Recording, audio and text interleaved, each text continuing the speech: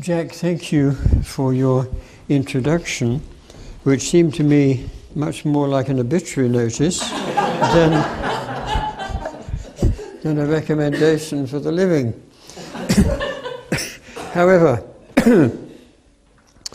I love talking about what I call enduring truths, whether they have anything to, whether it's literature or scripture.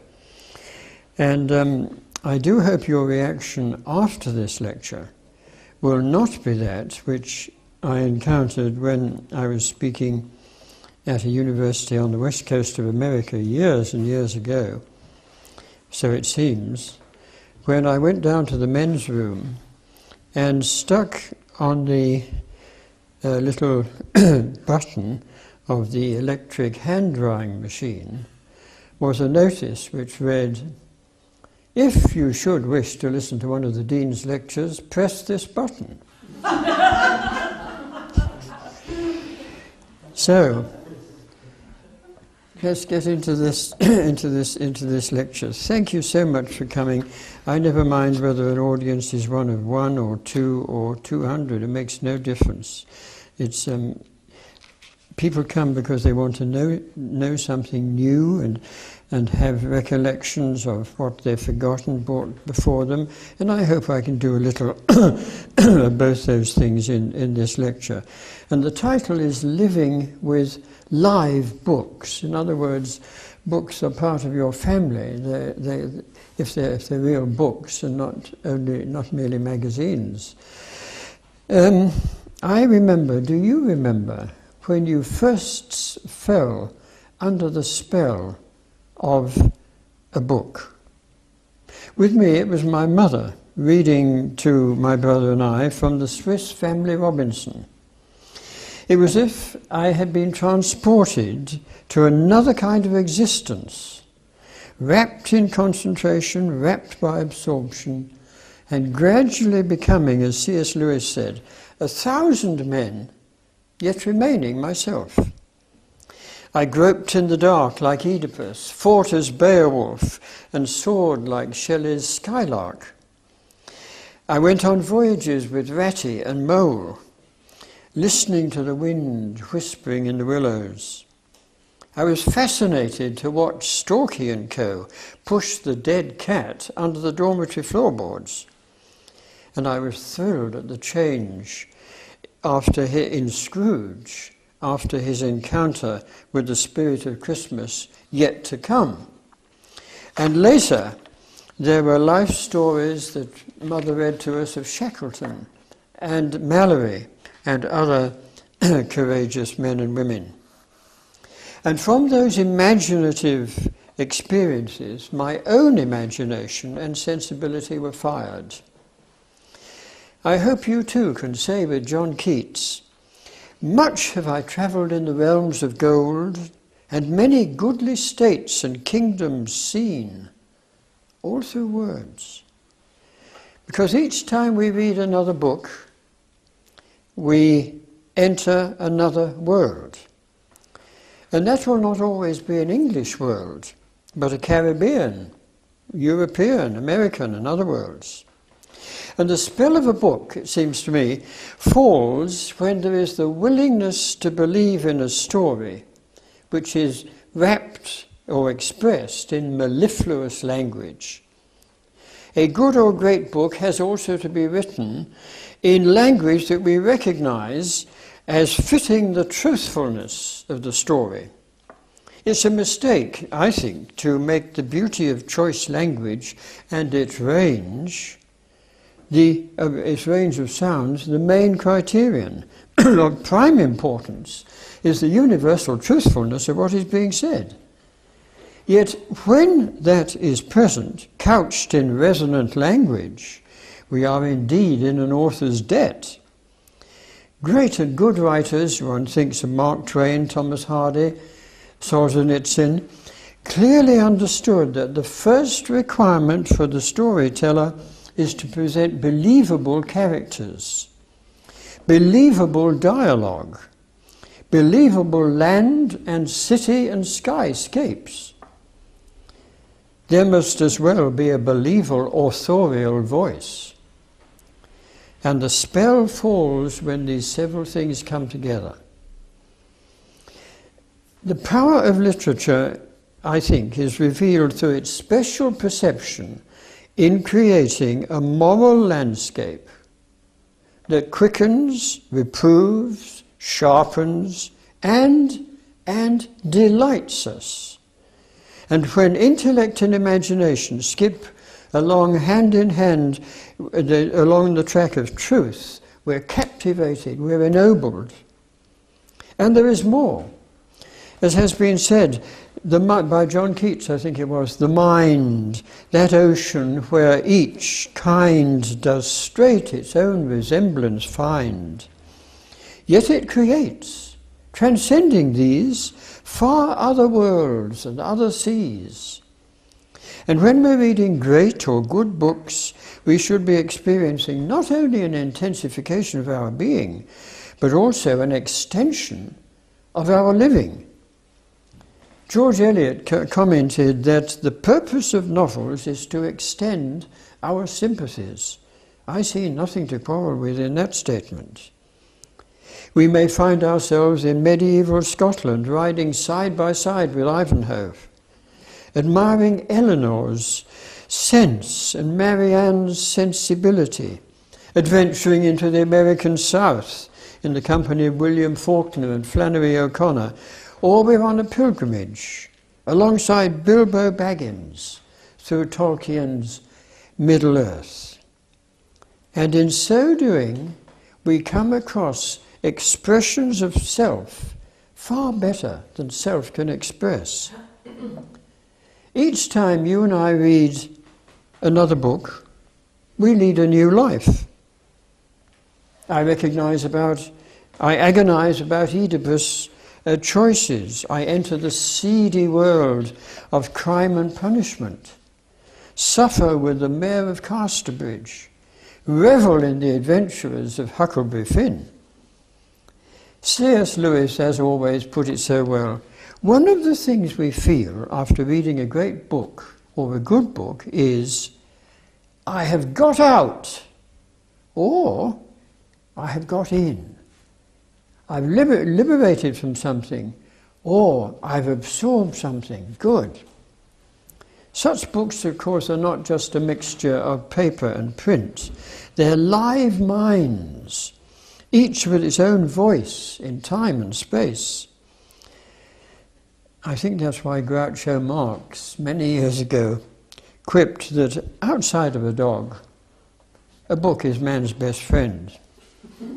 Inside of a dog, it's too dark to read anyway. Now, lest it should be thought that what I've said so far is limited to what is written in prose, let me add that prose is the ordinary language of written or spoken language without any metrical structure. And poetry is that expression of imagination or emotion in metrical form, often marked by rhythm and rhyming. And in addition, prose does not scan, although verse does. Here, as in prose writing, what is said is of prime importance, but how it is said runs a close second. Felicitous language, tinged with emotion, is the vehicle of poetry. But in common with the poet A.E. Housman, I can really no more define poetry than a terrier can define a rat. But we both recognize the object by the symptoms it provokes in us. Now, it's been observed that human relationships sometimes change rapidly. We know that. We seldom comprehend them fully. Their complexity, their mutability, their changeableness confounds us. But within a book, that framework of a book, the relationships are within set boundaries. So we read omnivorously until we find a phrase or a passage that echoes our own experience. How reassuring to know that our chaos of feelings can be crystallized into some sort of order within the framework of a book. So from one point of view, that's Plato's Doctrine of Reminiscence. What appears to be new knowledge has in fact been elicited, drawn out from ourselves. The great masters in writing through the centuries enable us to see with their keener eyes, hear with their livelier ears, think with their subtler minds, and feel with their larger hearts. And such narratives, poems or plays strengthen in us the necessary and powerful connection between the ability to think and the capacity to feel. Now, from Aristotle onwards, there's been disagreement about a definition of great literature. There are, however, 3 requirements for it: aesthetic, didactic, and moral qualities of a high order. For example, Hamlet, Paradise Lost, War and Peace. A good book is much easier to define. One much respected and much loved by many people over a long period of time. What some people would call a classic. Some classics are pre-Christian, yet they lean towards the truth. For example, Aeschylus, Agamemnon, Sophocles, Oedipus Rex. Others portray lost but redeemable human beings, such as Melville's Moby Dick and Golding's Lord of the Flies. So, as generally understood, a classic reveals a moral view of the universe and a religious belief about human beings. Not necessarily at all a Christian belief, but a religious belief. And because of the weight of great literature, we may need to remind ourselves that not all the great books have already been written. They're valuable only as antiques.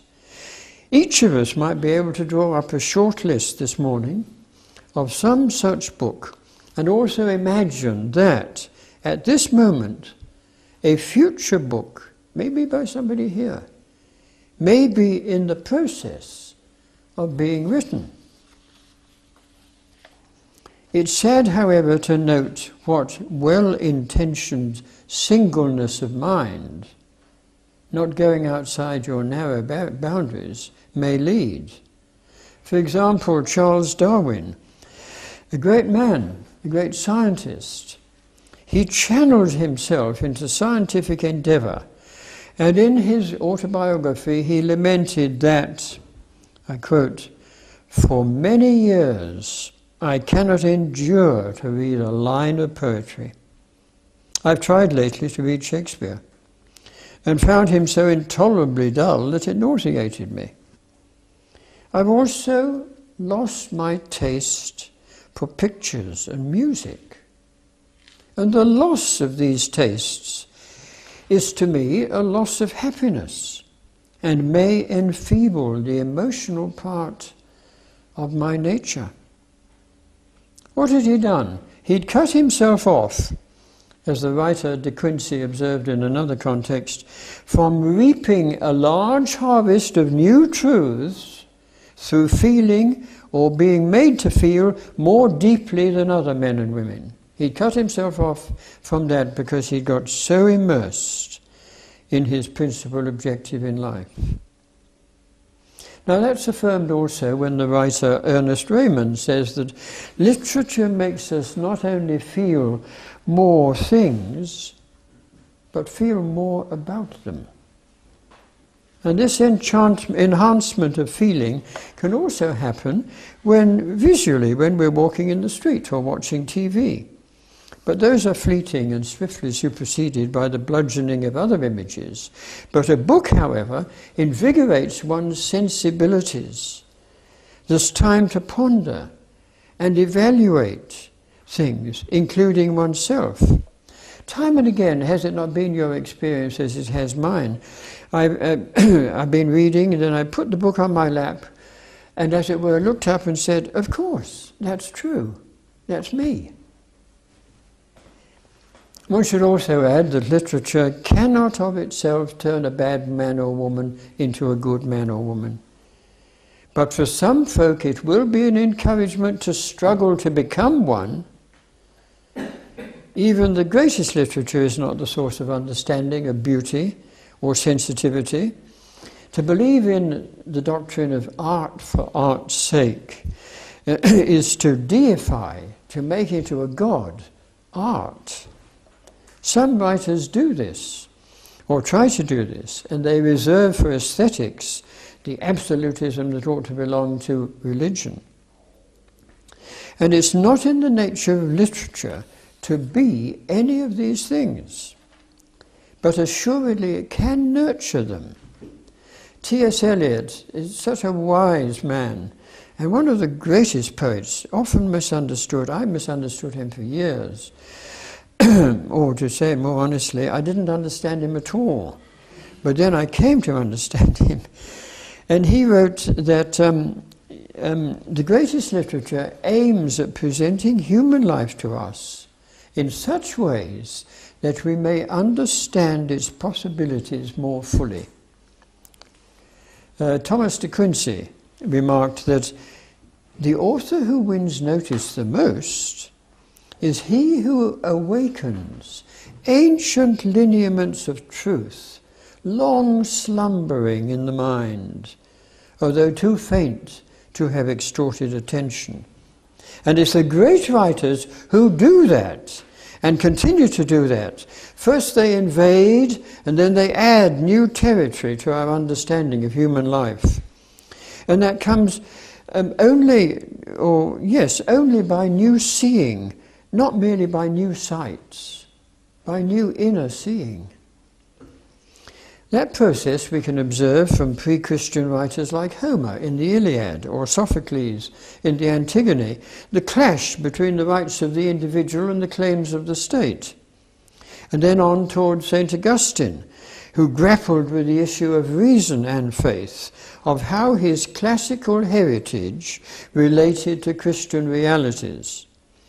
And examples abound of literature pointing to some significant grasp of life's meaning and possibilities. Above all, perhaps, at least for me, there is the inexhaustible Shakespeare, the many-faceted mind of Milton, the harrowing visions of Blake, the rich tapestry of Charles Dickens, the psychological perception of Dostoevsky, the bleak determinism of Thomas Hardy, and the cosmopolitan T.S. Eliot, the urgent humanness of Solzhenitsyn. I spoke earlier of three requirements that define great literature: aesthetic, didactic, and moral qualities of a high order. And those qualities imply longevity, imperishable language, and what Dr. Johnson called general and transcendent truths, profound phrase. They're to be found and uncovered in essays, sermons, letters, fiction, poetry, drama. And as far as literature in English is concerned, as Northrop Frye perceptibly commented, without some knowledge of the Bible, one simply does not know what's going on in English literature. That's a profound truth. You tell that to school teachers, sadly, alas, today, and they'll poo-poo it, most of them. In this context, C.S. Lewis remarked, if you join at 11 o'clock a conversation that began at 8 o'clock, you will often not see the real bearing of what has been said. It's frequently been noted that the grandest narratives are to be found in the Bible. Deep speaks to deep, spirit to spirit. Reading and studying great books and good books enables us to grapple with some of the ideas that have shaped the thinking of past and present. There's much in the Western intellectual tradition that has to be subjected to biblical examination, and some will be rejected and shown to be untrue. There are also hazardous books, not to be banned, but to show why they are hazardous. And an important byproduct of this for the believer is intellectual credibility. Because our culture has been profoundly permeated by Judeo-Christian monotheism and the concept of objective universal truth. We live in the flow of that significant cultural history, and we should declare it to the world, carefully but clearly, insisting that we will not allow cultural irrelevance to be our fate. Let us hope that the poet Tennyson has the last word. Our little systems have their day.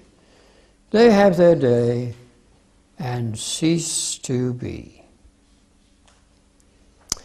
There are good reasons, I believe, why a book and other artistic expressions should shock or disturb or even be subversive. One of which is that the comfortable should be disturbed, and the disturbed among us comforted. It's a recognized, it's a necessary artistic function. But to disturb is not the same as to subvert, to undermine. To be a radical is different from being a revolutionary. The Cry of Danton, one of the French revolutionary leaders, l'audace, et toujours l'audace, always be original, be audacious, let it all hang out, to use a jargon phrase, is appropriate only if it is intended and feasible to erect structures that are better in every way from those that are due for demolition. And there are thousands of books published annually that are intended chiefly to shock or titillate, often little more than propaganda for something worthless or unhelpful. The writers, every one of them, are made in the image of God, but not what they write. I consider that what are called the world's great books provide the touchstone for the intellectual, the emotional, and the memorable in expression, speaking clearly to the ordinary man and woman. The Roman poet Horace spoke of great literature as delighting the reader at the same time as instructing him, without our being aware of being instructed, being taught. Delighting at the same time as instructing. That's lovely. It's so true. Milton seized on the value of this when he wrote of the seasoned life of man preserved and stored up in books. The great tradition, as it's called, consists largely of narrative, of big stories, such as Aeschylus or Hestia and the Norse legends, which reveal long perspectives, deep characterization, and always profound issues. Moreover, such books cannot be separated from the flow of history through the centuries. There's a continuity, as Cardinal Newman said, between past and present, old and new, far and near. There's a continuity. They transcend race, gender, and class, but if great literature is removed, significant landmarks are removed, and people and nations can lose their sense of direction, and if you lose your sense of direction, then you change your destination. Good and great books are similar to good and great music and good and great painting. As we bring imagination, intellect, and emotion Don't be afraid of emotion. To what we read, hear, or see, as thoughtful people begin to ask questions and pass judgments. We are to examine and evaluate. We need to think, not only enjoy. One of my long-held beliefs, a position I discovered early adopted by C.S. Lewis, is that to examine and evaluate a book is not the first thing to do. That is never the first thing to do. Great and good books like painting, music, drama, artifacts, and the natural world require from us nothing less than submission. We submit to them. Then we experience wonder. With surrender comes wonder, often succeeded by awe. Alternatively, I can arrogantly assert myself as Homo sapiens and, as it were, sweep past the paintings as though cycling through the National Gallery or an art museum, because I'm not really interested in the paintings themselves. I'm interested only in what I think of them. That's the core of Romanticism, a self-realization of stupidity. The existence of self has become the primary fact. And the pictures on the wall there are for me to pronounce judgment. The books on the shelves are there for me to pronounce judgment. That's nonsense. So the first thing to do is a difficult thing to do. I found it difficult to begin with. It is to abandon our self-important weapons, such as presuppositions and prejudices, that all of us wield with alacrity, assurance, and habitude. Such prevent our receiving what is waiting to be received. They clutter up our minds, distort our feelings, and anesthetize our imagination. We become like a tree under which nothing will grow. Yes, such books convey knowledge. They do have historical reference. They elucidate the human dilemma. They endorse enduring truths. They are enshrined in mellifluous prose or poetry and are in the great tradition. But to believe that those vital matters are to be insisted on at the first encounter is simply using a book or using a painting or using music, whatever it may be. It's like looking at an exquisitely fashioned Chinese bowl and thinking, now, what can I use that for? So what are we to do? In my view, we are to receive, surrender, let in, look, listen. It's always the first thing. At first sight, we may not always appreciate or like what we are reading or seeing. Sometimes something similar happens when you're wandering through an art gallery. I'm reminded of the tourist in the Louvre in Paris who, after looking at the Mona Lisa, commented to one of the guards in the gallery that she thought it was awful, and received the reply from him, "Madam, it's not the Mona Lisa that's on trial." Kenneth Clark, the art critic, advised that the first thing to do when looking at a painting is closely to examine the artist's paint and brushwork, and then stand back in order to appreciate or admire. Moreover, as C.S. Lewis points out, literature is not only something that is said, it's something that is made. In the Middle Ages, a writer of songs or poems was known as a makar, a maker, on a par with a carpenter or a shoemaker. As pigment is to the painter, so words are to the poet.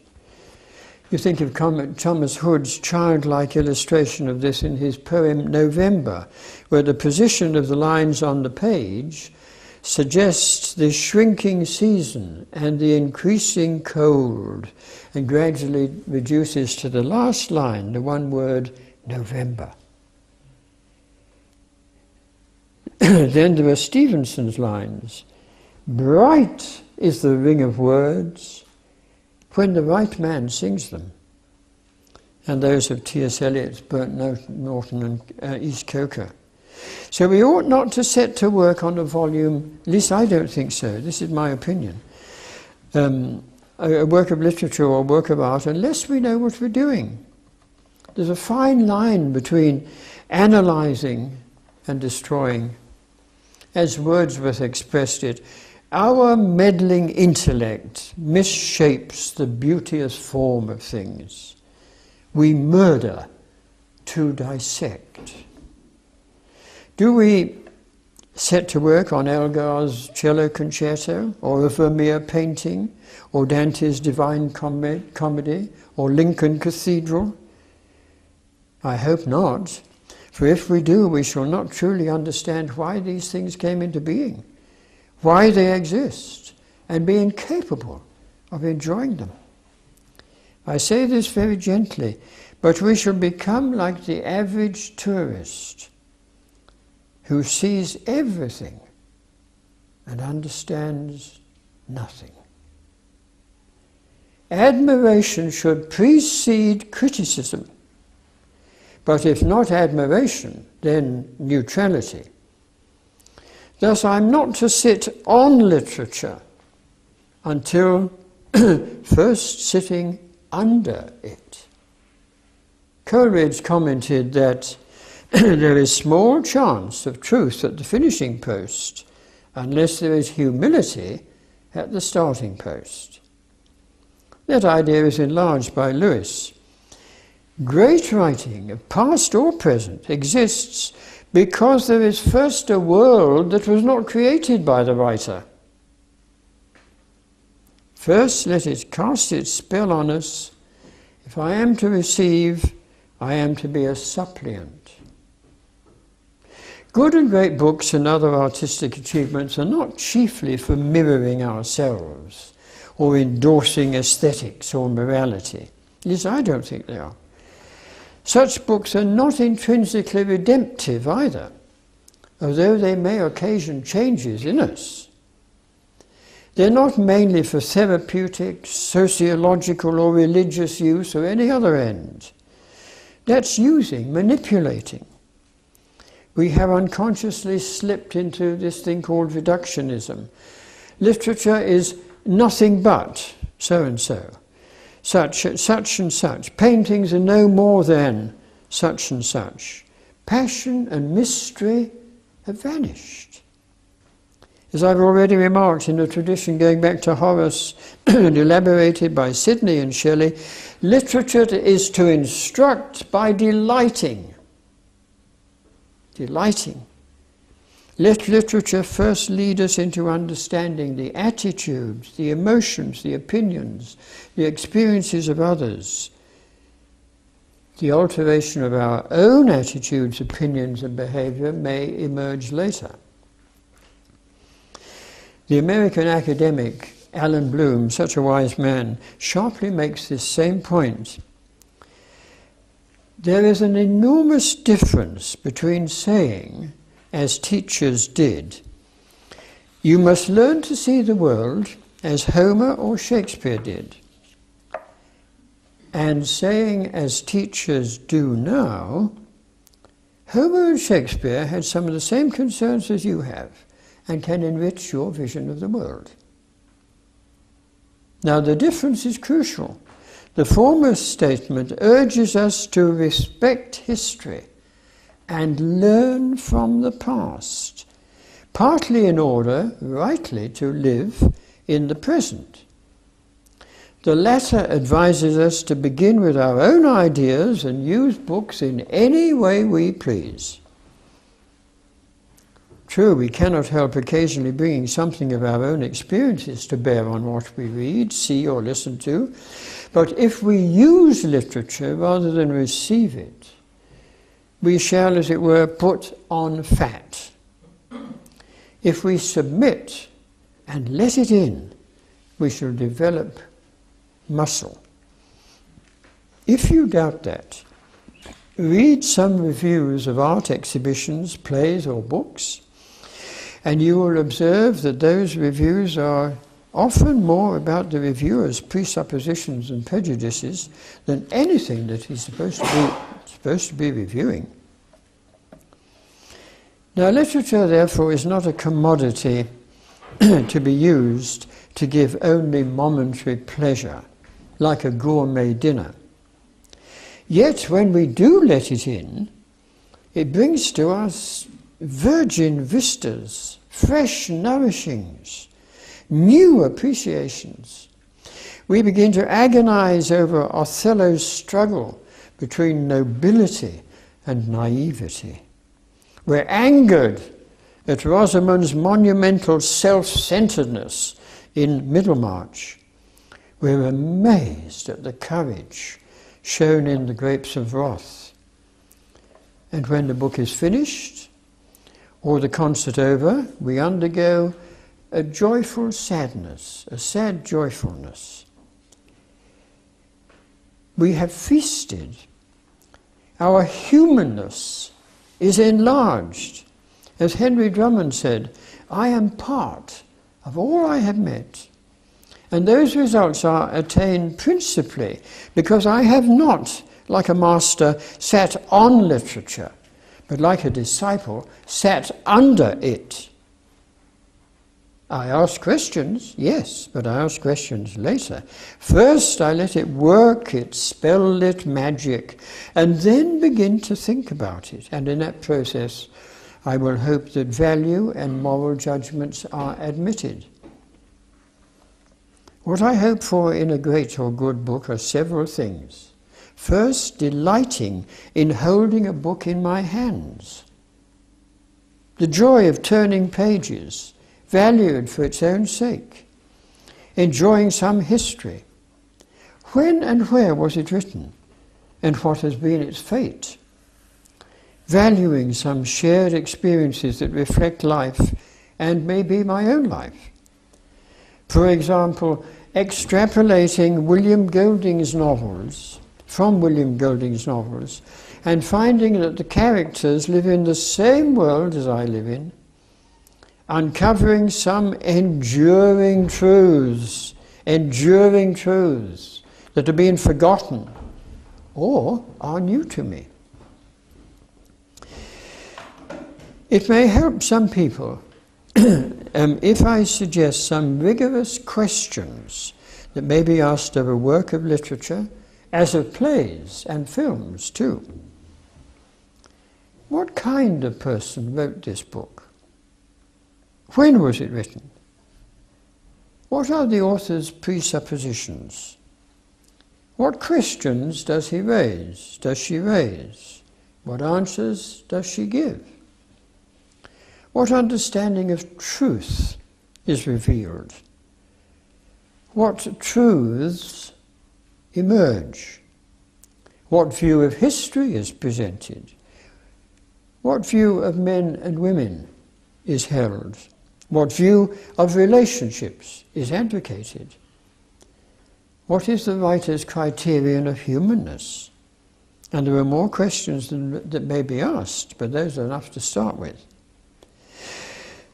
Now, I'm aware that what I've been talking about for the last 10 minutes, these convictions and practices, may go almost entirely against the grain of modern literary theories, where literature is frequently considered to be totally free of moral judgments. Indeed, moral judgments are inadmissible.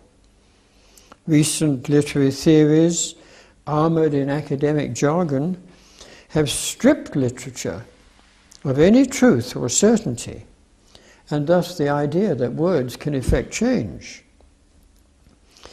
There's undoubted validity and value in some of the questions raised by various critical theories. Of course there is. Otherwise one's an iconoclast, a barbarian. For example, questions arising from the point of view of the writer, of the work itself, of the reader, of what is considered reality. Here, the writer's life and mind are explored, the nature of writing examined, the experience of the reader evaluated. None of these and other approaches is to be lightly dismissed. No. But in an age of skepticism, cynicism and relativism, as constituents of unparalleled intellectual confusion, some criterion has to be found by which they are assessed. And I think that there's no other criterion than the world's great books. As Alan Bloom noted, without the great revelations, epics and philosophies as part of our natural vision, there's nothing to see out there, and eventually little left inside. Now, the proliferation of literary theories is reminiscent of the American gold rush in the 1850s, with men scratching through pebbles and stones, desperately scrabbling in water and mud for that elusive gleam. I believe that, unlike the theories, the ideas I have been adumbrating both honour the maker and enrich the receiver. C.S. Lewis observed that the person who knows the past has lived many times and is therefore in some degree immune from the great cataract of nonsense that pours from the press of our age. We need books that will correct the mistaken attitudes of our time. That means old books, provided that they are true. And he wisely asked us to make a choice. If one has to choose between reading the new books and reading the old, one must choose the old, not because they are necessarily better, but because they contain precisely those truths of which our own age is neglectful. For the most part, contemporary literary critics and academics regularly dismiss the writers, or at least the ideas, of the great books on the grounds that we know so much more than they did.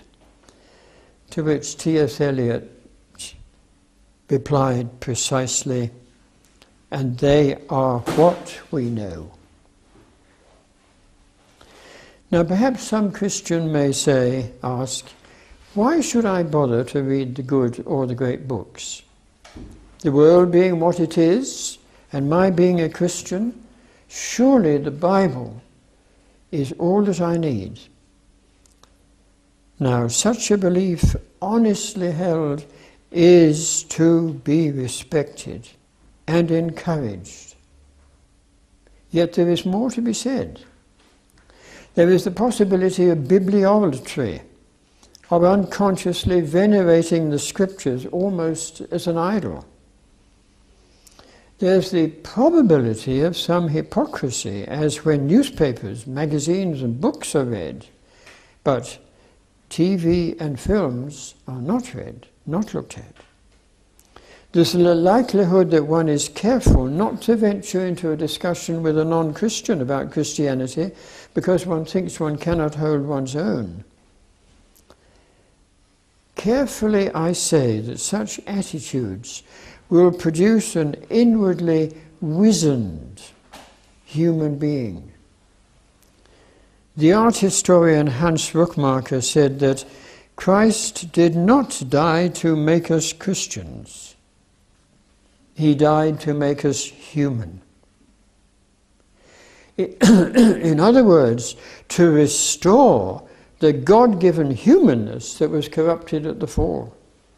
He died in our place as sin-bearer, and when by his grace we are saved, one effect is that he expects us to arrange and rearrange components of order, truth, and beauty in pleasing forms. His creativity is given to everyone in this room. His creativity is given to each of us, not just a few.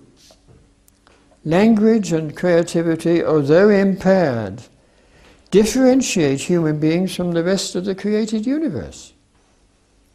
And when in union with Christ, we're made co-heirs and co-workers. But we are never original creators. Yet we are privileged to be sub-creators, able to bring into existence some aspect or truth or beauty that was not there before, which are a reflection of eternal truth and beauty. As the poet Gerard Manley Hopkins wrote, Christ plays in 10,000 places, lovely in limbs and lovely in eyes, not his, to the Father through the features of men's faces. In Scripture, there's no differentiation between the so-called secular and the so-called sacred, although some things are more sacred than others.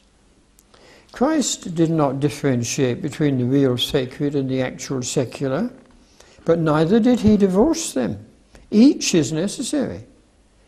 He united, without unifying, the two spheres in which we have to live. We are citizens of two cities, Jerusalem and Athens, with responsibilities and opportunities to be discharged in both.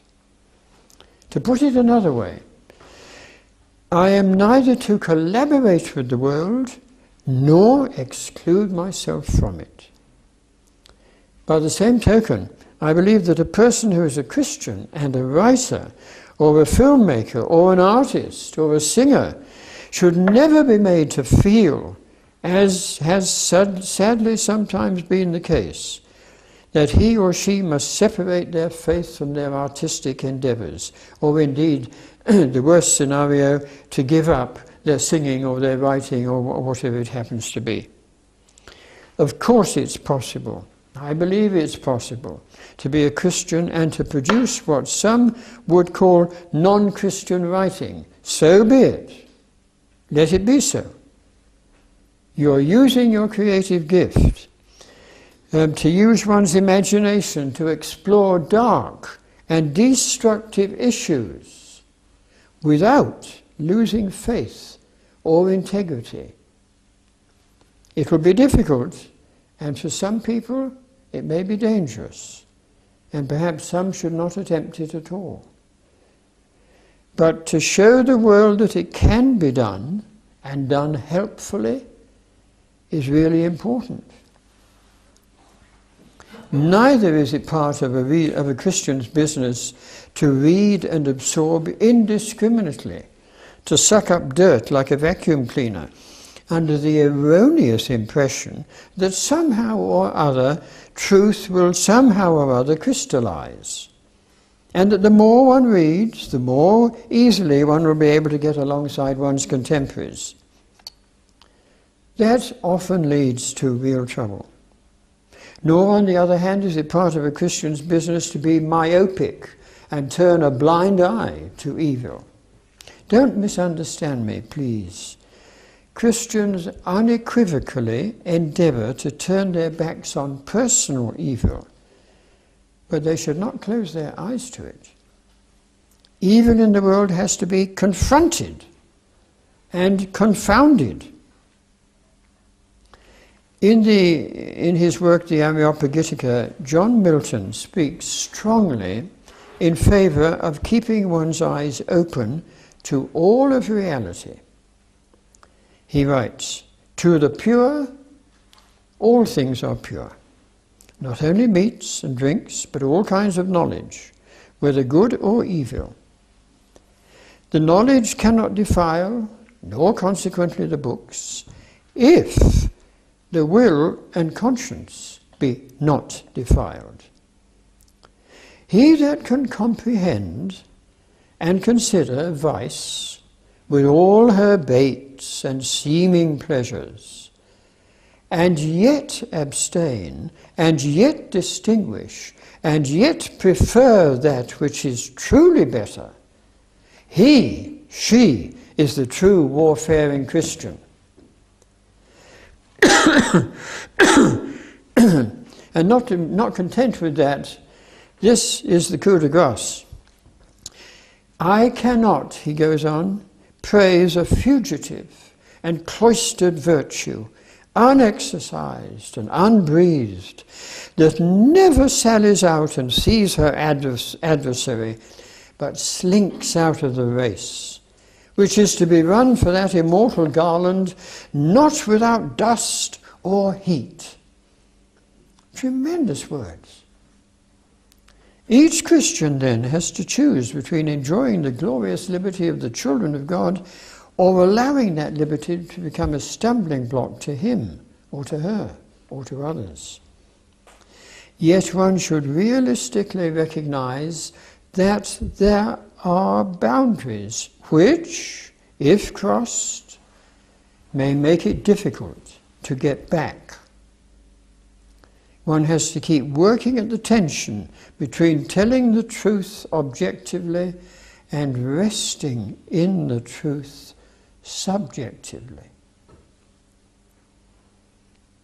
A further reason for participation in the cultural life of our time, of one's time, commends itself. An aesthetically deprived Christian is incomplete, limited, even perhaps unattractive.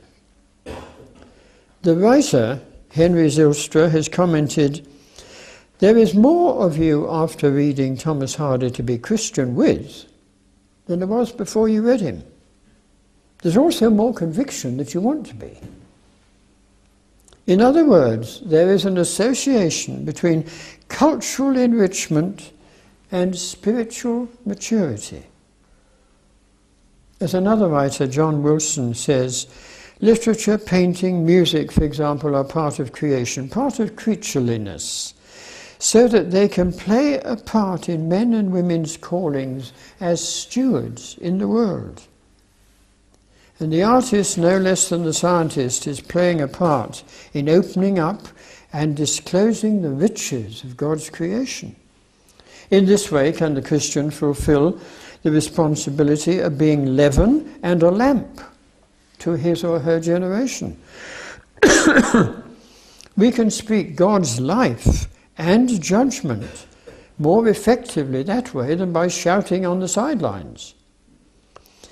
Our response should not be, "Oh no, I don't read that sort of thing. No, I never see films like that. But yes, I have read it. I found in it much to enjoy. But you know what's principally wrong with it? It offends against the truth." So one has continually, carefully and thoughtfully to deny the view of humankind presented in many books, films and plays.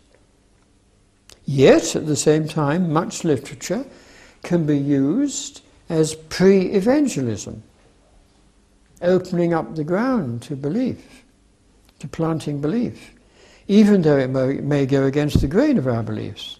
That film Trainspotting is one such. Now, I'm not saying for one moment that we should read dirty books, but we should be aware of them. If we do not read or listen, then how can we know and understand what some of our contemporaries are deeply thinking? I'm reminded of Francis Schaeffer, who, when asked after giving a lecture, at which I was present, I heard this, on Henry Miller, said, this question was, "But are you saying that we've all got to read these dirty books?" His reply was, "No, but some of you have got to." Our response concerning a film might be, "There were some brilliant ideas. I enjoyed it. but the philosophy was derelict and the conclusions were bankrupt, and you're off into a discussion.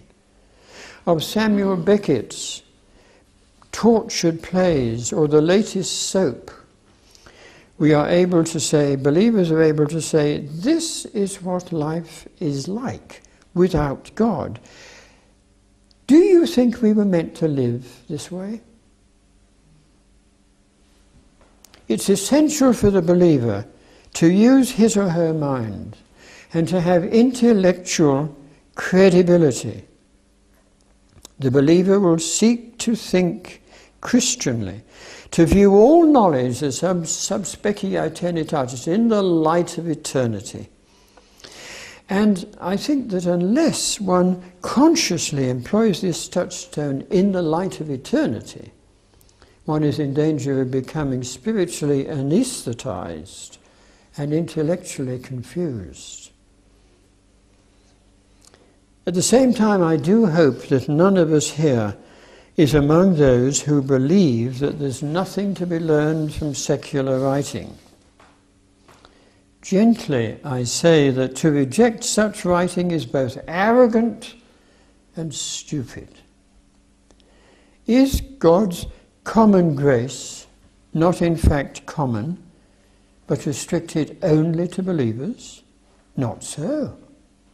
His gift of creativity limited to Christians? Not so. Augustine considered that one of the Christian's responsibilities is to learn as much as he possibly can about as many things as he possibly can. Calvin, who wrote Christian lyrics set to popular Genevan music, pointed out that what matters was that the truth be preached, and if it was preached by some secular writers, well and good.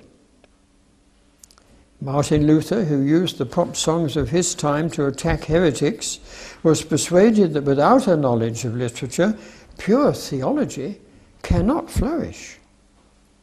He added that, "It is my desire that there shall be as many poets and rhetoricians as possible, because by these studies and by no other means, people are fitted for the grasping of sacred truth and for handling it skillfully and happily." Luther's saying that when we celebrate the real world, it has a reflection inherent to the reality of God himself. And that literature can be real, true, instructive, corrective, and delightful. Why?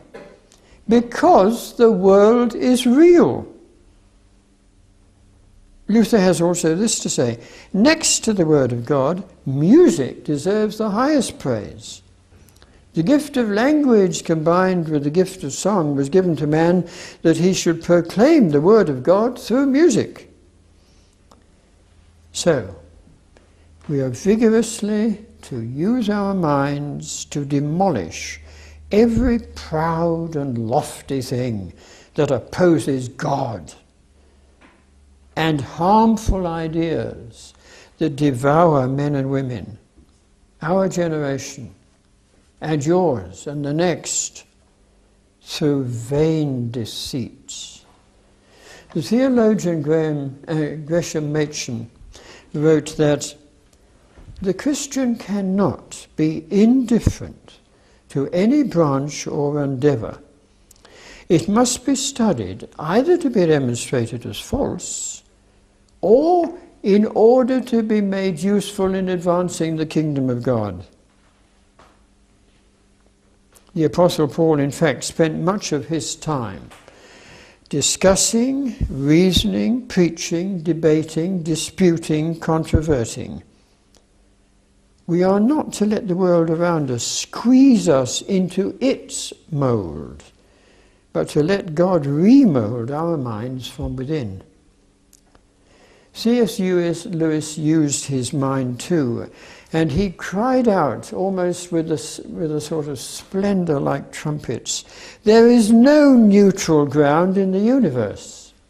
Every square inch, every split second is claimed by God and counterclaimed by Satan. And it's important too that we should argue for literature as a form of knowledge. In the 20th century, the impetus to study English as an academic and intellectual activity was given by academics like Walter Raleigh at Oxford and Arthur Quiller Couch at Cambridge in the 19th century. Despite this endorsement, it took some time for the idea of literature as a form of knowledge to gain acceptance. Yet literature reproduces the variety of human experience and immensely adds to our understanding of life. Like any other form of knowledge, it requires our cooperation to exist. As Coleridge said, it calls the whole soul of man into activity, to understand and evaluate as far as one is able on the basis of what really exists in man and in the universe. Literature makes an immense contribution to the sum of external facts about and the internal experiences of humanity, whether you're reading William Faulkner or Dick Francis. It's not exhaustive knowledge any more than scientific or mathematical knowledge is exhaustive. But through it we acquire understanding about the subjective experiences of people in an objective universe.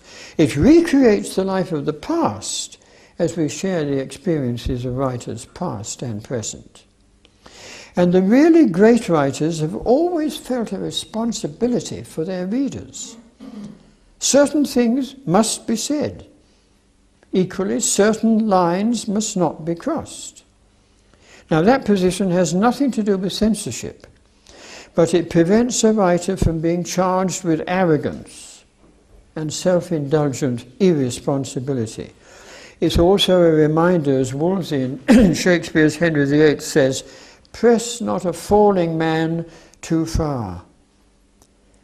Not many writers would go as far as the first phrase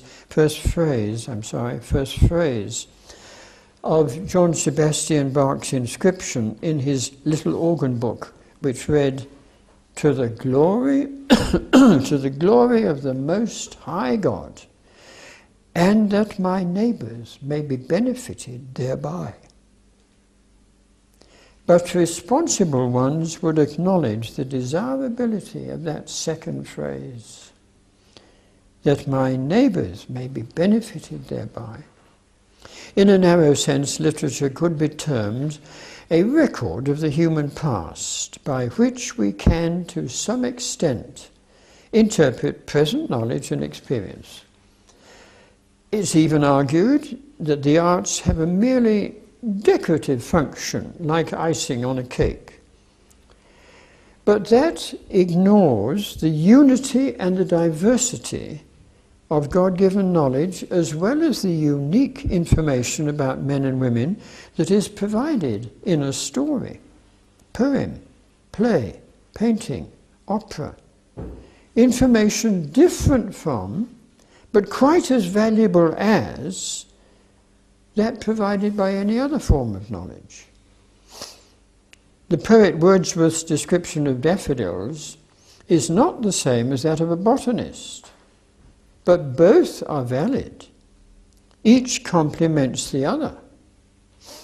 Moreover, it is in the act of reading that we can we define our notions about the world, what we judge to be right or wrong, important or unimportant. Literature is the testing ground of the imagination, where we decide who we are and what sort of society we live in or should be living in. I think another neglected truth ought to be remembered. The imparting or acquiring of knowledge brings with it the responsibility of dealing with it or acting upon it. Knowledge of any kind, as distinct from information, is not for hoarding, but distributing in a way that improves rather than diminishes people's well-being. Literature may also be regarded as a moral teacher. You can think of the Romantic poets, Matthew Arnold and F.R. Leavis. It may be a form of therapy amid the hurly-burly of daily life for some. It can be seen as an art form, giving pleasure. And, as we've observed, it is capable of being a transmitter of the highest virtues and the finest values of the ages. Now, this lecture began, seems like hours ago for you, dear people, probably, with my mentioning my first encounter with literature. It ends with a reminder that literature has had and continues to have its critics and its theories. In our post-Christian age, theories about literature tend to be not only the most radical and nihilistic since Gutenberg 600 years ago invented the printing press, but as history time and again shows, changes cause loss, but they also bring gain. Sadly, learning passages by heart has lost out, but the reading public, certainly throughout the West, is enormous. Our Judeo-Christian heritage has brought us not only a vast and varied legacy of literature, but, as George Steiner has observed, oral traditions, paintings and other arts, music, architecture and scientific discoveries. And these are part of our heritage, internationally and individually, ever to be received, honoured and preserved, but advanced and made known. Furthermore, all of us, families and friends, have the privileged task, especially where children and young people are concerned, of sagely and cheerfully inculcating in them a love of learning and a joy in reading that may soon seem archaic. We have the additional responsibility of helping children and young people in a galloping computerized culture from becoming addicted or dependent, suppressing their overall creativity and thus impairing or losing a very, very, very precious thing, the sense of wonder. We should aid and encourage them to dip and delve into books that refuse to lie down and die. It is true that some books loom while others beckon, yet the former may be more rewarding. And I say this carefully, because of the computer, many children and young people do become isolated from family and friends. We should read good and great books, every one of which begins with a space where there is nothing, and then filled, a blank page. We are to be observed, you and I, engrossed in a book. We should take one with us wherever we go. We are to read aloud to children for as long as they will listen. We should let them read at their own pace. We should take them to public libraries. We might give them a sum of money each month to be spent on books or to save up. We should advise and be wide if censoring seems necessary, but we should feed them books, not magazines. We are to buy books, give them, lend them, borrow them, even steal them. I say that in jest. We are to love books and say so, and why we love books. We have to find imaginative ways of inducing the half-hearted to discover the enjoyable riches and the fascination of words and the things of which they speak. We also have to find imaginative ways of preventing some of them from becoming total abstainers from words. We are to applaud the beauty of style and the merits of language chosen, and to teach that books define reality because they testify to enduring truths. And we should also tell them what our thinking and living owe to books. One of the delights of being a reader is to spend unhurried time in an antiquarian or good second-hand bookshop, where one is surrounded by carefully crafted, silent witnesses to great writers and scholars of the past. In an antiquarian bookshop, those witnesses are clothed with stitched, handmade paper, hand-tooled, coloured or gold-tooled leather, binding the edges of their pages, which are dusted with gold leaf. There's a sense of awe and privilege in the feel and smell of such books. This is an aside, but my heart goes out a short time ago to Sir Frank Kermode, who was recently Regius Professor of Literature in the University of Cambridge, who a short time ago accidentally lost 2,500 first editions, manuscripts and documents to the Cambridge Refuse Collection Service. Thomas Carlyle's housekeeper, by accident, threw his monumental book, The French Revolution, on the fire, by mistake. For many of us, our most revealing and precious memories are the books we own. Accumulated over a lifetime, each book is part of a patchwork quilt of vistas and memories. So, dear friends, go on doing it right and telling the truth, depending on God's eternal faithfulness to us, not to our own tiny faith. Keep that flag flying, not only for your, but to the next generation after your children's generation. They must not be let down. What does educate mean? It means to rear, to feed, to lead out of, to lead on. Great and good books being a nourishing and indispensable part of growing up. To change the metaphor, good and great books are signposts. They're stepping stones on our and our inheritors' journey. And as we try to honour God in this, as in other matters, He has promised that He will honour us.